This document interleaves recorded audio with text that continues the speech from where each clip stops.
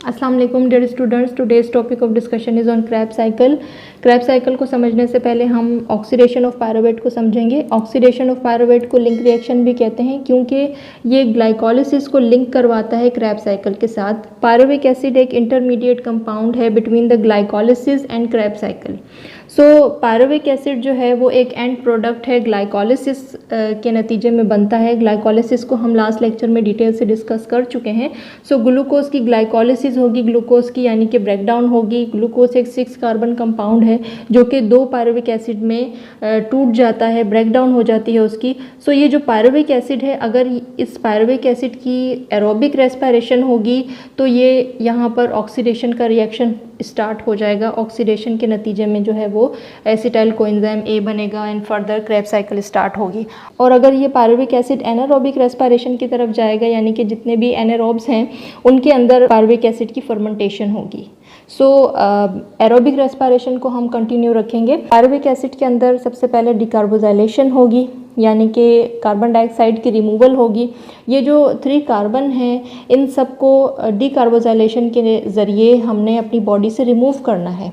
सो ये जो carbon dioxide हम एक्सहेल करते हैं ये वही कार्बन डाइऑक्साइड है जो हमारी बॉडी से एक्सहेल होगा। एक कार्बन जो है वो यहाँ पर डिकार्बोजाइलेशन होगी, यहाँ पर कार्बन डाइऑक्साइड बनकर रिमूव होगी और बाकी 2 कार्बन जो बच जाएंगे वो 2 कार्बन क्रैब साइकिल के ज़रिए डिकार्बोजाइलेशन के ज़रिए रिमूव हो जाएगी हमारी बॉडी से, हमारे एक एक सेल से। और पायरुविक एसिड जो है वो साइटोसोल में बनता है, ठीक है, यानी कि साइटोप्लाज्म में बनता है सेल के। जबकि जो फर्दर आगे रिएक्शन होगा, डिकार्बोजाइलेशन होगी, ऑक्सीडेशन वगैरह होगी पायरुविक एसिड की, वो माइटोकॉन्ड्रिया के मैट्रिक्स में होगा। सो कार्बन डाइऑक्साइड की रिमूवल हो गई है, डिकार्बोजाइलेशन होती है फर्स्ट, और फिर एक कार्बन अगर रिमूव हो गया तो 2 कार्बन वाला कंपाउंड बनेगा जिसे हम एसिटल्डिहाइड कहते हैं। ये एक अल्डिहाइड ग्रुप है यानी कि कार्बोनाइल ग्रुप के साथ हाइड्रोजन अटैच है एक तरफ और एक तरफ अल्काइल ग्रुप है। इट मीन्स कि ये अल्डिहाइड ग्रुप है और इसे हम एसिटल्डिहाइड कहते हैं। यहाँ पर हाइड्रोजन रिमूव होंगे यानी कि यहाँ पर ऑक्सीडेशन होगी। Oxidation is the removal of hydrogen या फिर रिमूवल ऑफ इलेक्ट्रॉन्स कह सकते हैं। सो यहाँ पर हाइड्रोजन का रिमूवल होगा और हाइड्रोजन को कौन पिकअप करेगा, यहाँ पर NAD कोएंजाइम है जो कि इस हाइड्रोजन को पिकअप करके रिड्यूस हो जाएगा इनटू NADH+H आयंस। सो यहाँ पर ऑक्सीडेशन हो रही है यानी कि ऑक्सीडेशन को हम डिहाइड्रोजनेशन भी कहते हैं। उसके बाद जो प्रोडक्ट बनेगा उसे हम एसिटाइल ग्रुप कहते हैं। सो ये एसिटाइल ग्रुप होगा और यहाँ पर एडिशन ऑफ कोएंजाइम ए होगा। कोएंजाइम ए की एडिशन जब एसिटाइल ग्रुप में हो जाएगी तो ये बन जाएगा एसिटाइल कोएंजाइम ए, जिसे हम शॉर्ट फॉर्म में एसिटाइल को ए कहते हैं। तो ये जो 2 कार्बन वाला कंपाउंड एसिटाइल कोएंजाइम ए है ये फर्दर क्रैब साइकिल के अंदर जाकर क्रैब साइकिल को कंटिन्यू करेगा और फिर क्रैब साइकिल के अंदर NADH और FADH2 मॉलिक्यूल्स बनेंगे रिड्यूस्ड फॉर्म में, और यही NADH और FADH2 के मॉलिक्यूल्स जो हैं वो इलेक्ट्रॉन ट्रांसपोर्ट चेन के अंदर जाकर ऑक्सीडाइज होंगे और उनसे ATP मिलेंगे। तो 36 ATP जो है वो हमें इलेक्ट्रॉन ट्रांसपोर्ट चेन में कैलकुलेशन से मिलेंगे। वो जो नेक्स्ट टॉपिक होगा हमारा फर्दर इलेक्ट्रॉन ट्रांसपोर्ट चेन पर होगा जिसे हम डिटेल से डिस्कस कर लेंगे। एसिटाइल ग्रुप जो है वो हमें ग्लाइकोलिसिस की भी ब्रेकडाउन से मिलेगा, फैट्स की ब्रेकडाउन से भी मिलता है और प्रोटीन की ब्रेकडाउन से भी हमें एसिटाइल ग्रुप मिलता है। और यही एसिटाइल ग्रुप जो है वो माइटोकॉन्ड्रिया के अंदर कोएंजाइम ए के साथ कन्वर्ट होकर एसिटाइल कोएंजाइम ए बनाता है और फर्दर क्रैब साइकिल होता है। तो यहाँ पर आप लोगों ने याद रखना है कि ग्लूकोज की ग्लाइकोलिसिस से एसिटाइल ग्रुप यहाँ पर बनेगा माइटोकॉन्ड्रिया के मैट्रिक्स में, और फैट्स की भी यहाँ पर ब्रेकडाउन हो सकती है, प्रोटीन्स की भी ब्रेकडाउन हो सकती है। फैट्स की ब्रेकडाउन बीटा ऑक्सीडेशन के प्रोसेस से होती है और प्रोटीन्स की ब्रेकडाउन जो है वो डीएमिनेशन से होती है। सो लास्ट में जो है वो इन तीनों का जो प्रोडक्ट होता है वो एसिटाइल ग्रुप होता है और एसिटाइल ग्रुप जो है वो कोएंजाइम के साथ रिएक्ट करके फर्दर क्रैब साइकिल का पार्ट बनते हैं। क्रैब साइकिल को हम सिट्रिक एसिड साइकिल भी कहते हैं और TCA साइकिल भी कहते हैं। क्रैब साइकिल हम इसलिए कहते हैं क्योंकि सर हैंस क्रैब साइंटिस्ट ने इस साइकिल को डिस्कवर किया जिसके नाम से क्रैब साइकिल है। सिट्रिक एसिड साइकिल हम इसलिए कहते हैं क्योंकि जो फर्स्ट कंपाउंड बनता है वो सिट्रिक एसिड है, इस वजह से हम इसे सिट्रिक एसिड साइकिल कहते हैं। TCA साइकिल हम इसलिए कहते हैं क्योंकि सिट्रिक एसिड के अंदर 3 कार्बोक्सिलिक एसिड होते हैं जिसे हम ट्राई कार्बोक्सिलिक एसिड कहते हैं, इस वजह से हम इसे TCA साइकिल भी कहते हैं। एसिटाइल कोएंजाइम ए हमें पायरुविक एसिड के ऑक्सीडेशन के नतीजे में मिला था, जो कि 2 कार्बन वाला कंपाउंड है। यहाँ पर एसिटाइल कोएंजाइम ए की एडिशन होगी ऑक्जेलो एसीटेट के साथ। ऑक्जेलो एसीटेट एक 4 कार्बन वाला कंपाउंड है, तो 4 कार्बन वाला कंपाउंड और 2 कार्बन वाला कंपाउंड आपस में रिएक्ट करेंगे तो हमें प्रोडक्ट जो मिलेगा वो सिट्रिक एसिड होगा, जो कि 6 कार्बन वाला कंपाउंड है। तो पहला प्रोडक्ट जो है वो सिट्रिक एसिड है। यहाँ पर जो फर्स्ट स्टेप है उसे हम सिंथेसिस ऑफ सिट्रिक एसिड कहते हैं। एसिटाइल कोएंजाइम ए के अंदर एडिशन ऑफ वाटर होगा और कोएंजाइम ए की रिमूवल हो जाएगी।